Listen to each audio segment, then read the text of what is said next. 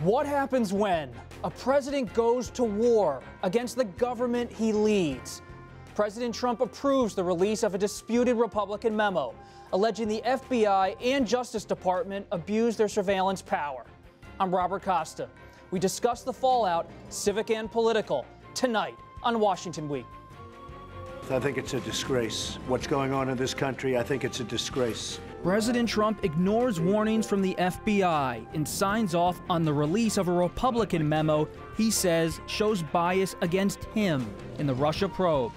A lot of people should be ashamed of themselves, and much worse than that. Democrats accuse the president of trying to discredit special counsel Robert Mueller in the entire Russia investigation. This is not about the facts. This is about a narrative that the chairman wants to put out to undermine the FBI, undermine the department, and ultimately undermine Bob Mueller. The release has pitted Republicans against Republicans. This memo is not an indictment of the FBI, of the Department of Justice. It does not impugn the Mueller investigation or the Deputy Attorney General. But Senator John McCain strongly disagrees.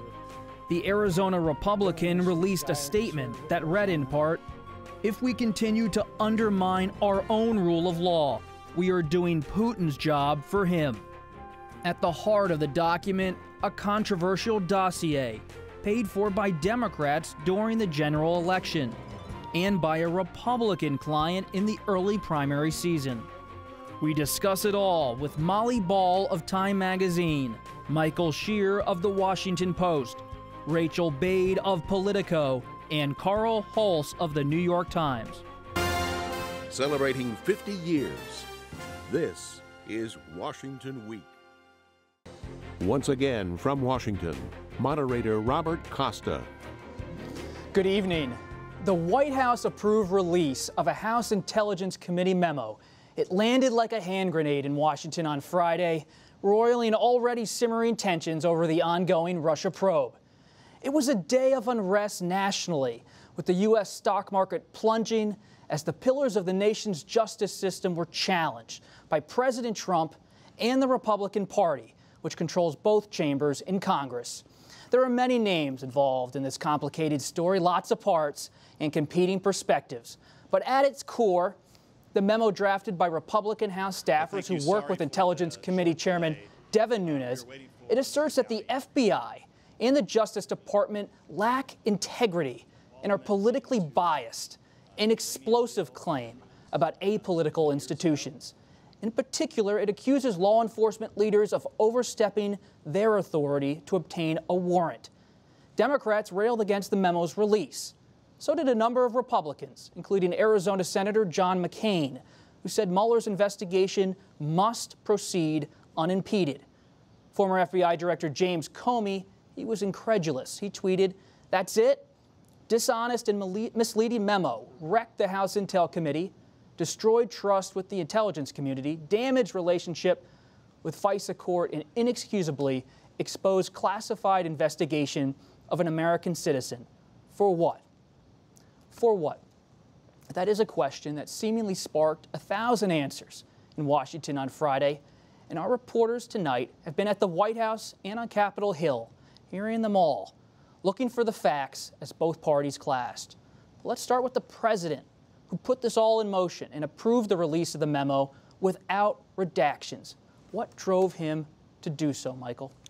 For President Trump, the Russia investigation has never been about Russia. It's never been about the election. It's always been about him. He sees it as an attack on him. And for the better part of a year, he has been doing everything he can to fight back. And this is just the latest gambit in that.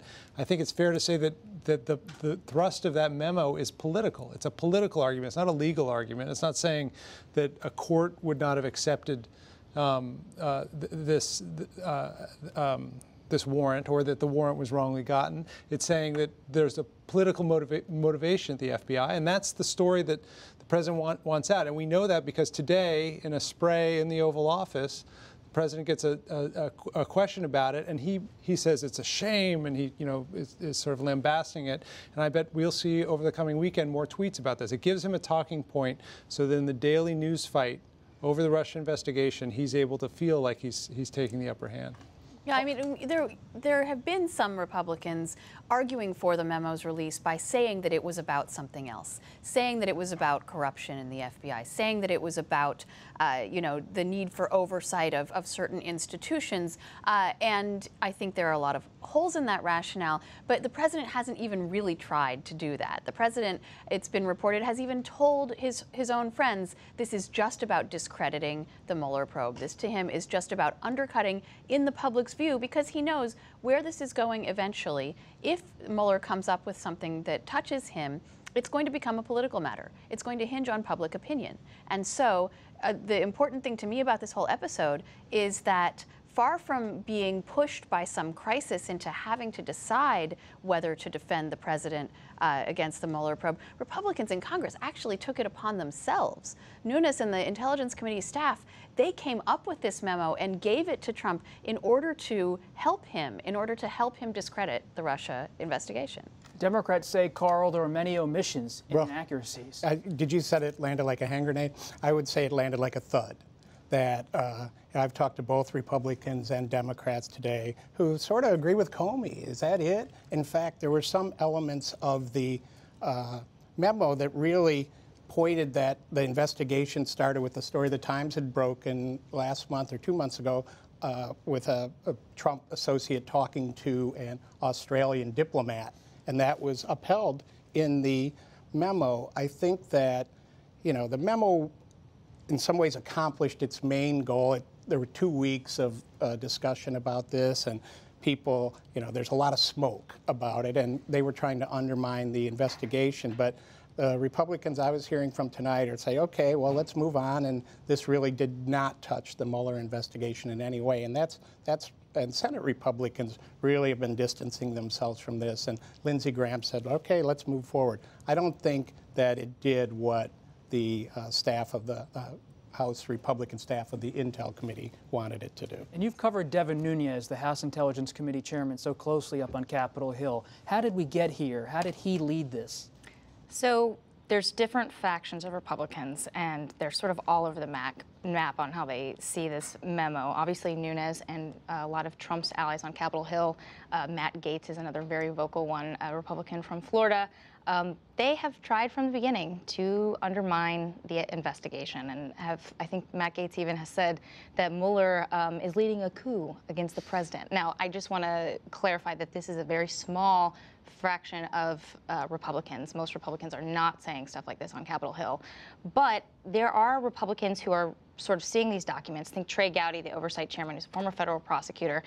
And he actually saw these documents and he had an issue with them. He thought that perhaps there should have been more information that was presented to the court to justify these warrants. And so he worked with Nunes, didn't want him to get out over his skis, but wanted to also raise this as just an oversight issue. And so he proceeded to work with him. The issue here is that Senate Republicans do not agree with this at all, as you were mentioning. A lot of them said, why didn't we get to see this memo first? We could have crafted it more delicately. It clearly looks like a political document at this point in time. And Speaker Paul Ryan is also in this super awkward situation where he wants to support Nunes as a chairman of the House Intelligence Committee, and he thinks perhaps there's an oversight issue to look into. But he also made a point this week to say, I'm not trying to discredit the FBI, I'm not trying to undercut the DOJ, and this has nothing to do with Mueller himself and the Russia investigation. But he seems to be one of the only people in town who actually thinks that. That this really was about the Mueller investigation. I mean, that's a general agreement. I did want to say one thing about the Democrats. The Democrats have this rebuttal. I presume we're going to see it at some point. And our reporting tonight was that in that rebuttal, that there is that they did tell the court that this was a politically motivated dossier. They didn't say it was being paid for by the Clinton campaign, but that is going to satisfy a lot of people, I think, if that turns out to be true. The other thing is, it's very common in these situations that sources used to get warrants are politically motivated. I mean, informants to the police, informants to the intelligence community often have agendas. There's nothing wrong with that. The question here is whether the court was deceived, and we don't know the answer to that from this memo. Let's get back to the charges in a little bit more detail. I want to come to you on this, Molly, because they're asserting in this memo that law enforcement leaders in this country abused their power to obtain wiretap warrants. The memo states that the warrant was issued for Trump campaign advisor Carter Page because of that dossier we've been discussing put together by former intelligence officer Christopher Steele. Republicans say the use of that dossier in the process was inappropriate since its research was funded by Democrats and Hillary Clinton's campaign. But remember, that was after initially being funded by conservative donors. Republicans seized on all of this today, saying the way the Page warrant was handled raises broader questions about how the Justice Department and the FBI have handled the Russia investigation from the start. And that's a perspective shared by the president. But that conclusion has been contested by some Republicans, Democrats, and the FBI in their own statement. And the memo isn't just about Carter Page and that controversial dossier. The memo also indicates that actions taken by former Trump campaign foreign policy advisor George Papadopoulos triggered the federal Russia probe. He was charged by special counsel Mueller's team and is now cooperating. In the middle of this political storm, the leaders of the Justice Department, because named in the memo is Deputy Attorney General Rod Rosenstein, who is appointed by the president and oversees Mueller's investigation. His approval of that Page warrant has made him a target of the president's political allies, who throughout Friday called on Rosenstein to step down. Rosenstein's supporters say the president is simply looking to discredit the Russia investigation and using the memo as a weapon to discredit the man who overlooks it and to protect himself.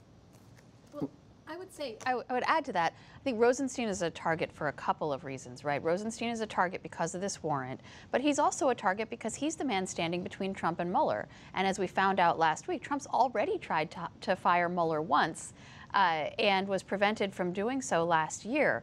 But so that's the real reason I think Rosenstein is in Trump's crosshairs. But there's a couple of issues to tease out, right, about what is supposedly objectionable in the evidence presented in the memo. And I think it's good to try to clarify this. Number one is the assertion that this whole investigation sprang from the tainted dossier, right? That, as you mentioned, Trump opponents, whether they were conservative donors, the original funders, or the DNC that then picked up the funding and led to the creation of the actual dossier.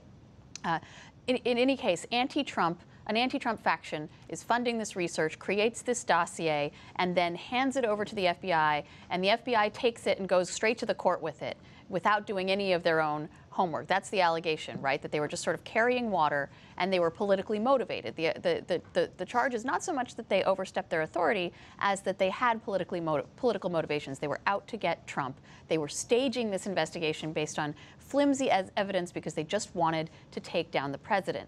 And so there's a couple of things wrong with that. Number one, evidence in the memo itself that it wasn't only that the stuff that was in the dossier was checked out before it was brought to the court, that it satisfied the court for other reasons, and then evidence that it wasn't just the dossier, that, as you said, there was this investigation into the Papadopoulos matter that preceded the dossier, and so the FBI was already on this case before this supposedly tainted material came into their possession. So I think those are the two sort of arguments with what's in the The other thing memo. is that Carter Page had been a target of Russian intelligence years earlier, before the Trump campaign. We know this from other court documents. They had tried to recruit him. He had given PowerPoint presentations to people who were later convicted and kicked out of the country for being Russian recruiters for their intelligence services. So the idea that going after Carter Page was somehow an arbitrary thing. This is a guy who had been targeted before, who was traveling to Russia,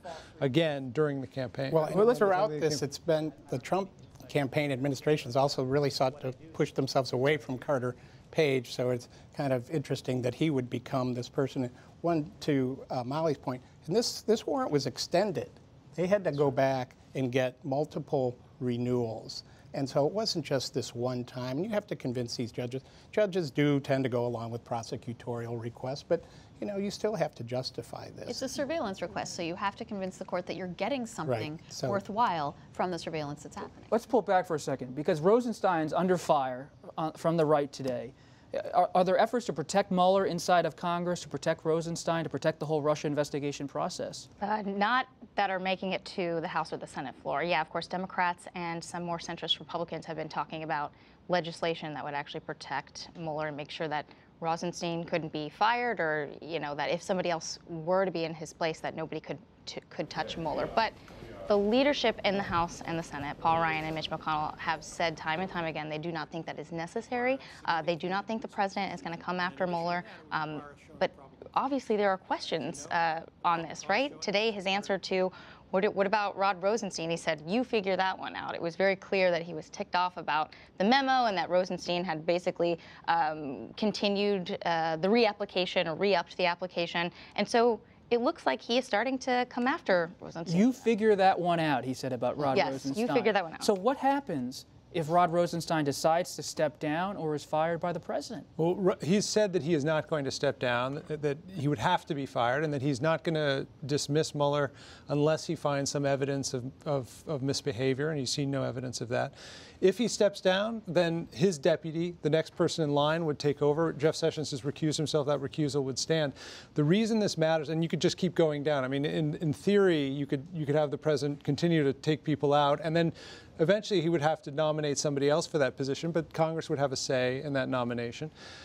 The issue here is that whatever Mueller finishes doing when he's done with his work, he is going to deliver that report to Rod Rosenstein or whoever is in that position. And then it's that person who has the authority and the responsibility to decide what to do with it. Mueller does not go to a judge and prosecute the president. Mueller does not go to Congress and call for impeachment. Mueller delivers a document to the Justice Department, and then that person, the Justice Department, decides what to do with it, whether to release it publicly, whether to give it to Congress, whether to take some other action. And so that's the moment. At this point, the investigation is so far along. The idea that you can get rid of it, just by firing somebody doesn't seem very realistic. These processes are supposed to be apolitical.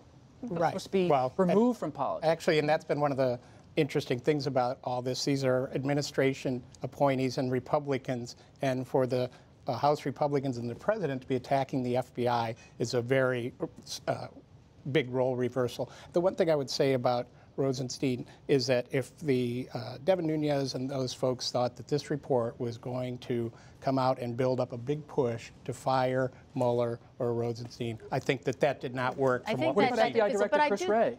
Well, I think there's two other pieces of news this week that we should connect this to. Number one, the disputed resignation of Deputy FBI Director Mccabe. That was unexpected. That was very sudden, and he appears to have been forced out in part because of this very matter, the investigation into FBI behavior. Or an IG report. This is what the IG is looking into: is the FBI and how it behaved. And then the other thing is the report in the New York Times that the president's former legal spokesman has been talking to Mueller about this meeting, the conference call with the president, deciding how to respond in the meeting to the meeting with the Russians that his son had, and that to me is an indication that the investigation may be getting closer to the president himself. Let's pick up on that, because as Molly was saying, the Mueller team is now turning its attention to a meeting that took place on Air Force One in last July. In that meeting, the White House aides decided to release a statement describing a Trump Tower meeting Donald Trump Jr. Had, and that it was focused on Russian adoption policy. Mueller reportedly wants to know how this release came together, according to the New York Times. Hope Hicks, the president's communications director, is under scrutiny for her role, especially about emails related to the meeting. And in another piece of news around Mueller's Russia probe, the attorneys for Rick Gates, an associate of former Trump campaign chairman Paul Manafort, have requested to withdraw from the case. Their reasons are under seal. All these moving parts in the Russia probe, and as Molly was saying, Hope Hicks, now one of the president's confidants, under scrutiny for her conduct. Yeah, I can barely keep up with all the news these days, right? Look, I think some Republicans are realizing that they may have overstepped this week. Paul Ryan, just a couple of hours ago, specifically called for the Democratic rebuttal of this memo to be released, and be released as soon as possible. Yesterday at a press conference, he tried to say over and over again, this is what this document is. It's oversight, congressional oversight of the FBI. It is not an allegation that the FBI and the DOJ are corrupt. It's not anything against Mueller. But it's very clear that he has lost control of that narrative because there are Republicans in the party, like Nunes, who want to go further with this. And they're the ones who are winning out right now in terms of the narrative. Can you critique the leadership of law enforcement institutions and then say you're not actually critiquing those law enforcement institutions? I think that is their big problem. The Republicans have always portrayed themselves, as the big defenders of law enforcement. The president has taken some steps. Well, the rank and file, it's okay. But you're still attacking the institution. And I think actually that's been one of the dangerous aspects of this and where the long-term repercussions are going to come in. Because, intelligence oversight by the Congress is difficult. The intelligence agencies, they're not sure, they don't trust members that much, they don't like to share that much information. I think that this is going to make them even less and that oversight, apt to do that. It should be bipartisan, right? I mean, one of the has traditionally really been that's been one of the biggest criticisms today of this memo is that Democrats were not included in the creation of this memo. They were excluded for a long time, and even the Senate Republicans on the Intel Committee are saying specifically it doesn't have to be like this. And oversight of intelligence hasn't over the years. bipartisan. I said earlier today, somebody who's seen quite a few years here on Capitol Hill, it's almost unimaginable to me to think of some of these past intelligence groups and to have this kind of thing happen. It just does not happen. These are exactly the things that President Trump doesn't care about, though. Right. And we know that. I mean, that sort of tradition he doesn't care about. And we also know that he cares a great deal and believes, he's a salesman, right? He can create sort of a reality force field, at least for a portion of the country. And that's what he's doing here. I mean, he's got his 35, 38, 40% base. He's trying to create an alternative set of facts that will play on Fox and Friends, that will play on his Twitter feed, that will allow him to keep the base. And it's an alternative narrative. And even if it's one that most in Congress eventually don't follow along with, even if it's one that hurts Republicans in the midterm elections, I think the president is convinced that if he holds to it, it will protect him. There's a cost to that. Molly, this was the week of the State of the Union. That's true. It was earlier in the week, sometimes feels like a century ago with this news cycle. He has an immigration deal he's trying to cut, or at least a vote to have in the Congress, trying to get a spending bill done before the February 8th deadline. Does this choke all of those efforts? Yes and no. I think on the one hand, we are seeing in the big picture a rebound for Trump since the beginning of the year. I think since tax reform and since his aggressive sales push on tax reform, we've seen the president's approval rating has ticked up. The positive rating for the tax bill has ticked up very markedly. And the congressional ballot that Democrats were previously running away with has narrowed quite considerably. So in the big picture, I think voters are giving Trump and his party another chance since the new year. And his State of the Union was very well received. The sort of instant polls off the State of the Union, most of the people who watched it had a very positive impression of it. The question for Trump is, does the Russia investigation background noise? Can he convince people that it's background noise, especially when he is obsessed with it, right? It's not as if he has kept Paul Ryan's laser-like focus on tax reform and let everybody else handle Russia, right? That message a little better. I mean, there was no real rule that they had to have this big fight right after the State of the Union. Right. He could have played that out. Trump doesn't do message discipline. Yeah. That's definitely not his thing. We'll get to that next week. We're going to have to leave it there. Rachel, Carl, welcome to Washington Week. Molly and Michael, great to have you back. And thanks, everybody, for joining us tonight. This Friday night, we'll be streaming the Washington Week Extra on our Facebook page starting at 8:35 p.m. Eastern Time. Check it out. We'll be discussing the President's first State of the Union address. We'll actually get into it in the webcast and look ahead to next week's looming deadline to fund the government to avoid a shutdown. Remember, if you missed the show or the Extra, you can watch both later tonight and all weekend long at pbs.org/WashingtonWeek. I'm Robert Costa. Thanks for watching, and go Eagles.